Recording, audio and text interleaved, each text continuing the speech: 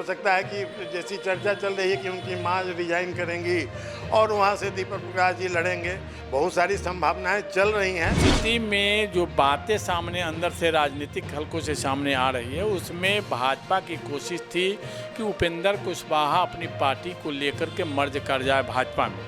नमस्कार, आप देख रहे हैं फर्स्ट लुक बिहार और मैं हूं निशा श्री। और बिहार के बारे में जो कहा जाता है ना कि बिहार की राजनीति के बारे में जब भी आप ये सोचने लगते हैं कि आप यहाँ को समझ गए हैं, कि यहाँ की राजनीति समझ गए हैं, तभी बिहार की राजनीति एक नया ट्विस्ट ले लेती है। यही एक नया ट्विस्ट आज फिर से ले रही है, क्योंकि उपेंद्र जो अभी एमएलसी चुनाव की बात चल रही है और इसमें एनडीए की तरफ से जो कैंडिडेट्स आए हैं, उसमें ये निश्चितता जताई जा रही थी कि नीतीश कुमार के बेटे निशांत कुमार और उपेंद्र कुशवाहा के बेटे दीपक प्रकाश, ये तो निश्चित रूप से जो है इस चुनाव में भाग लेने वाले हैं, इनका नामांकन होना है। निशांत कुमार का नाम तो आया, लेकिन जब दीपक प्रकाश का नाम नहीं आया और उसके बाद जब उपेंद्र कुशवाहा से पूछा गया 6 जून को, तो उन्होंने कहा कि 8 तारीख तक रुकिए, हड़बड़ाने की क्या बात है।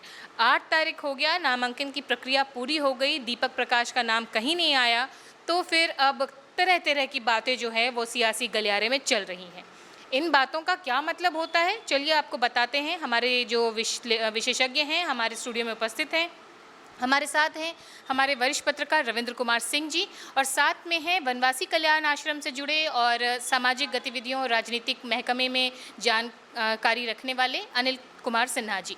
आप दोनों का बहुत बहुत स्वागत है। और सबसे पहले जो हमारे वरिष्ठ पत्रकार हैं, हम उनसे जानना चाहेंगे कि ये जो सियासी हलचल चल रही है उपेंद्र कुशवाहा की पार्टी को लेकर, इसको आप हमारे दर्शकों को कैसे समझाएं? जी देखिए, उपेंद्र कुशवाहा जी एनडीए के मतलब गठबंधन में है, एनडीए में है, लेकिन एनडीए में अब है जो भाजपा और जदयू मेन दो है, लोजपा भी है, हम भी है। मामला यहाँ यह उठता है, जो भाजपा अब देख रही है कि जो जिस कुशवाहा वोट के कारण उपेंद्र कुशवाहा जी को मतलब कम सीटों में ही मात्र 4 सीट जीतने के बाद भी उन्हें मंत्री पद दिया जा रहा है, और मंत्री पद दिया जा रहा है उसमें भी जो उनके पुत्र हैं, जो कभी न चुनाव से कोई वास्ता रखे, न किसी पार्टी के कोई सदस्य रहे, अचानक उनको ला करके बाहर कहीं नौकरी करते थे या जो करते थे, उसके बाद ला करके उनको मंत्री पद दिया गया, वो भी पंचायती राज मंत्री और कैबिनेट स्तर के मंत्री का पद दिया गया। लेकिन अचानक फिर ऐसा क्या हुआ जिसके कारण उनको विधान परिषद में नहीं भेजा जा रहा है। उपेंद्र कुशवाहा जी के जितने विधायक हैं उसमें विधान पार्षद बना नहीं सकते हैं, उसमें आपको उनको भाजपा जदयू के सहारे ही चलना पड़ेगा। तो मोटा मोटी ये चले गए थे भाजपा के कोटे से।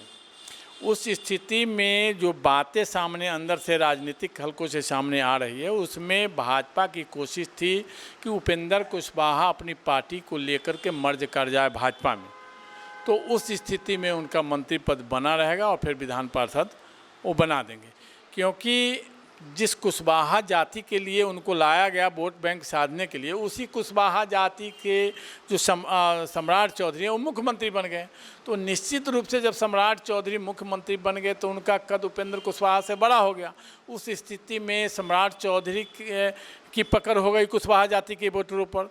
तो निश्चित रूप से भाजपा ने जो प्लान बनाया, जो अगर पार्टी में शामिल हो गए तो ठीक है, अगर वो अलग रह गए तो उस वोट बैंक से कोई प्रभाव पड़ेगा नहीं, जिसके कारण अंदर ही अंदर कोई शर्त रखा होगा, लेकिन इस शर्त को माने नहीं होंगे, क्योंकि उपेंद्र कुशवाहा पहले से ही इस तरह के करते आए हैं।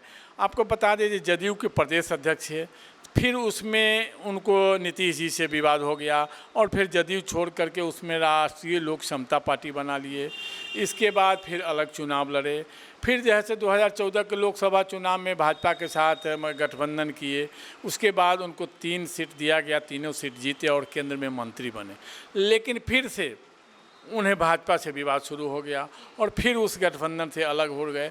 तो इस तरह से क्या कहते हैं, उपेंद्र कुशवाहा जी करते आ रहे हैं। तो उपेंद्र कुशवाहा जी का एक वोट बैंक कुशवाहा जाति से आते हैं, इसलिए राजनीति में उनको हर दल कोशिश किया कि भाई ठीक है, इनको लेकर कर चले, कुछ तो वोट बैंक शामिल हो प्लस होगा, इसको लेकर लेते चले गए। लेकिन उपेंद्र कुशवाहा की जो ये राजनीतिक गतिविधि हैं, जो उनका मनोबल मतलब इस तरह का है कि कहीं वो स्थिर होने की स्थिति में नहीं रहते हैं, तो वही कारण बनता गया कि फिर उन्होंने क्या किया, जो जदयू से भी और भाजपा से भी अलग हट करके और ओवैसी की पार्टी के साथ और अन्य कई पार्टियों के साथ मिलकर के विधानसभा चुनाव लड़ गए। उनमें वो खाता नहीं खोल पाए, फिर उसके बाद जदयू में शामिल हो गए, जदयू में मर्ज कर गए एक घंटे। इसके बाद फिर इधर राष्ट्रीय लोक मोर्चा बनाए और उस राष्ट्रीय लोक मोर्चा के तहत जैसे इस बार के विधानसभा चुनाव में फिर एनडीए के साथ लड़े, तो उसमें उनको 4 सीटें आई और उन्होंने वो 4 सीटों के बाद भी अपने पुत्र को मंत्री बनाने के लिए मतलब बनाने में सफल पाए। लेकिन जो भाजपा शर्त रखी होगी उस शर्त को नहीं माने होंगे, इसलिए उनको अभी तत्काल क्या कहते हैं, जब विधान परिषद में नहीं भेजा गया। अगर मान लीजिए अभी ऐसा नहीं है जो नहीं बने, अभी वर्तमान स्थिति में तो मंत्री पद उनका जा सकता है, इसलिए 6 महीना तक ही रह सकते हैं बिना किसी सदन के सदस्य के, और आगे उनको फिर से अगर भाजपा की शर्तों को मानते हैं तो हो सकता है कोई रास्ता निकाल करके उन्हें आगे विधान पार्षद बनाया जाएगा और मंत्री में रह सकते हैं। अगर नहीं माने तो उनको मंत्री पद से बेटा को हाथ धोना पड़ेगा। तो अब हम चलते हैं सेकेंड ओपिनियन के लिए अनिल कुमार सिन्हा जी की तरफ और उनसे पूछते हैं कि आखिर क्या ऐसी बात हुई, दीपक प्रकाश को ऑलरेडी इसी शर्त पर मंत्री पद दिया गया होगा कि वो आगे चलकर विधान परिषद के सदस्य बनेंगे। आखिर आपको क्या आप भी वरिष्ठ पत्रकार की बातों से सहमत है कि क्या भाजपा में विलय नहीं करने की वजह से ये खामियाजा भुगतना पड़ सकता है? जैसा कि रविंद्र जी ने अभी कहा कि भाजपा ने शर्त रखा होगा कि साहब आप विलय कीजिए, और उपेंद्र जी ने विलय का प्रस्ताव नहीं माना और उनके लड़के को नहीं दिया गया। अगर इसमें सत्यता है तो उपेंद्र कुशवाहा जी ने इस मामले में भाजपा में सम्मिलित न होकर एक बहुत ही बुद्धिमानी का परिचय दिया है, क्योंकि उनको लगा होगा कि साहब अगर हम भाजपा में गए तो वहाँ तो 3 नंबर सिटीजन बन के हम रह जाएंगे, क्योंकि अब उनसे बड़े कुशवाहा नेता सम्राट चौधरी हो चुके हैं। इसलिए उपेंद्र कुशवाहा अपना इंडिपेंडेंट एंटिटी बचाने के लिए उन्होंने इस शर्त को नहीं माना होगा, और जिसके चलते दीपक प्रकाश जी को एमएलसी के लिए मनोनीत नहीं नहीं हुए।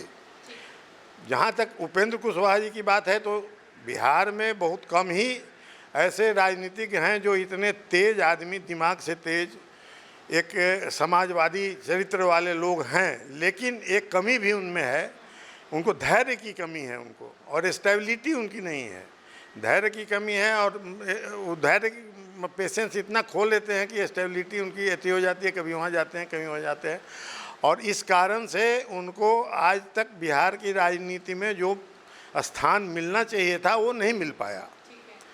और हमको लगता है कि उसी स्थान को पाने के लिए अभी भाजपा ने अगर ये शर्त रखा हुआ कि आप विलय करिए, तो इन्होंने नहीं माना कि साहब हम इंडिपेंडेंटली अपना राजनीति करेंगे। जहाँ तक दीपक प्रकाश जी की बात है कि इनके मंत्री पद का, तो अभी तो 6 महीना मोटा मोटी रहेंगे। हो सकता है कि जो राज्यपाल द्वारा मनोनीत हो उसमें कुछ आश्वासन बीजेपी इनको दे या दिया हो, या फिर उपेंद्र जी के अलावे और भी कोई हो सकता है कि जैसी चर्चा चल रही है कि उनकी माँ रिजाइन करेंगी और वहाँ से दीपक प्रकाश जी लड़ेंगे, बहुत सारी संभावनाएं चल रही हैं। लेकिन तत्काल तो दीपक प्रकाश जी का जो ये मामला है इस पर विराम लग चुका है और इनको तत्काल कोई जगह मिलने नहीं जा रही है, न विधान परिषद न विधानसभा में।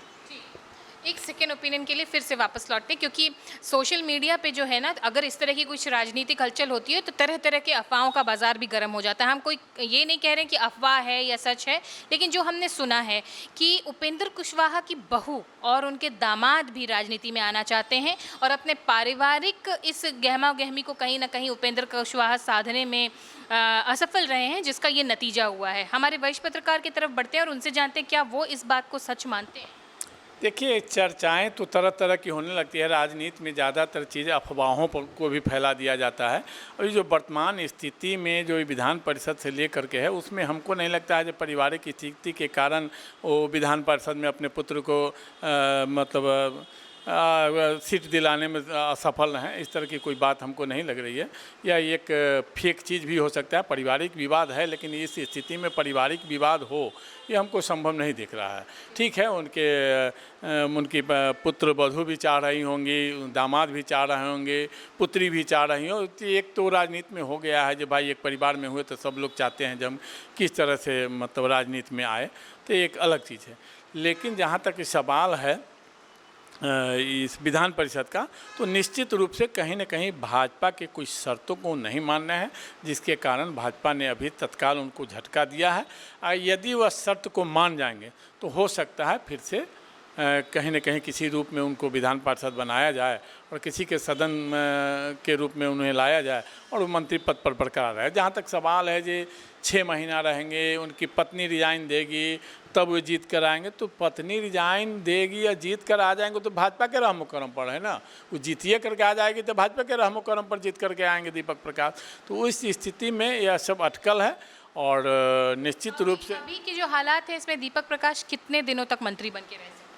अब दीपक प्रकाश जो अभी के हालात है उसमें भाजपा चाहेगी तो एनडीए के चाहने पर वो चाह जाते आज पार्टी से जैसे हटा दे, अगर नहीं बना हुआ तो आज हटा देगा, आज मंत्री पद से उनको हटना पड़ेगा। यह नहीं है जो ज़बरदस्ती मंत्री रहेंगे, अगर 6 महीना रह ही सकते, इस तरह की कोई बात नहीं है। वो भाजपा और जदयू के रहमो करम पर है, मुख्यमंत्री के रहमो करम पर है कि कितने दिन उनको रहने दिया जा सकता है। अगर बात नहीं बनी, अगर बगावत की जिस तरह से कुछ बातें सामने आ रही हैं, उपेंद्र कुशवाहा का कुछ बयान आना शुरू हो गया, हो सकता है हटा दे, कल ही हटा दे, दबाव डाले जा मंत्री पद से इस्तीफा दे दो, नहीं तो हम बर्खास्त कर देंगे। तो वो कुछ भी संभव है, इसलिए उनको भाजपा के और जो जदयू है उनके शर्तों को मानना पड़ेगा, तभी दीपक प्रकाश मंत्री रह सकते हैं। तो एक कंक्लूडिंग स्टेटमेंट के लिए अनिल कुमार सिन्हा जी आपकी तरफ पढ़ते हैं और आपसे भी यही सवाल मैं करूंगी कि क्या आपको लगता है कि पारिवारिक महत्वाकांक्षा आड़े बन रही है या भाजपा जो अपनी एक कूटनीतिक चाल चलती है अपने पार्टी के विस्तार को लेकर के, इन दोनों में से कौन सा मुद्दा आपको ज़्यादा प्रबल लगता है? देखिए, जहाँ तक पारिवारिक मतलब इसका सवाल है, तो जो भी परिवारवादी पार्टियाँ हैं उसमें हर में यही स्थिति है कि हर का, जैसे वो लोजपा हो, हम हो, समाजवादी पार्टी हो, परिवार आधारित जितनी भी राजद हो, वहाँ परिवार का हर व्यक्ति कहीं न कहीं किसी न किसी स्थान पर रहना चाहता है और उसको उस परिवार का जो मुखिया होता है उसको स्थापित करना चाहता ही है। इसलिए उपेंद्र कुशवाहा जी की अगर यह महत्वाकांक्षा है या उनके परिवार के लोगों की महत्वाकांक्षा है तो कोई नई बात नहीं है। जहाँ तक भाजपा का सवाल है तो भाजपा एक कैडर बेस्ड पार्टी है और भाजपा को भी अपने कैडर को समझाने की ज़रूरत पड़ती है कि साहब हम अपने कैडर, अपने मेंबर्स के लिए या हमारा जो कैडर है उसके लिए हम क्या कर सकते हैं।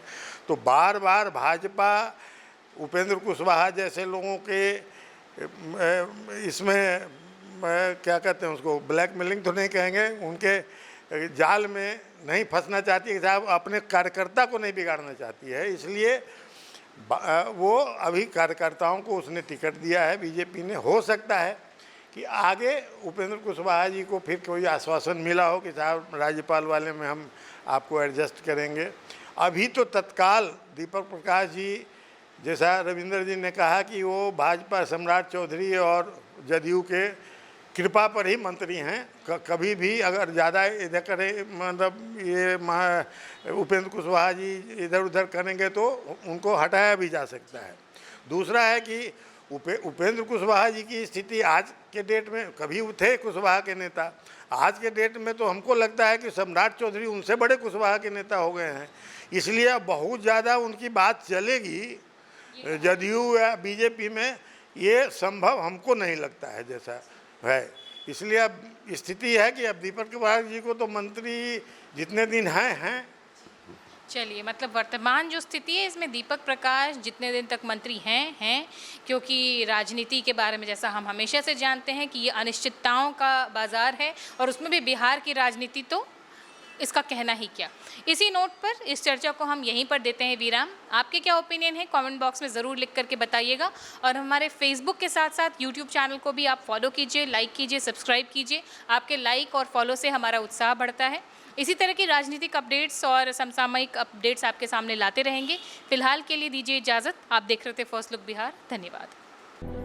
डी फार्मा स्टूडेंट्स अब हो जाइए तैयार, आपके लिए है बहुत अच्छी खबर कि अब केवल डी फार्मा स्टूडेंट्स को ही मिलेगी फार्मासिस्ट की जॉब। तो ये कोर्स करने के लिए आपके पास है 2 choices. DPS group of institutions के किसी भी कॉलेज में एडमिशन लेकर के आप घर बैठे कर सकते हैं ऑफलाइन कोर्स, या फिर आप कर सकते हैं ऑनलाइन क्लासेस। और उससे भी अच्छी बात ये है कि डीपीएस ग्रुप के कॉलेजेस जो कि हैं इन 5 शहरों में, रांची, दुमका, देवघर, मुजफ्फरपुर और सीतामढ़ी, इन 5 शहरों के किसी भी कॉलेज में एडमिशन लेकर आप किसी और शहर में बैठ करके ये कोर्स कर सकते हैं।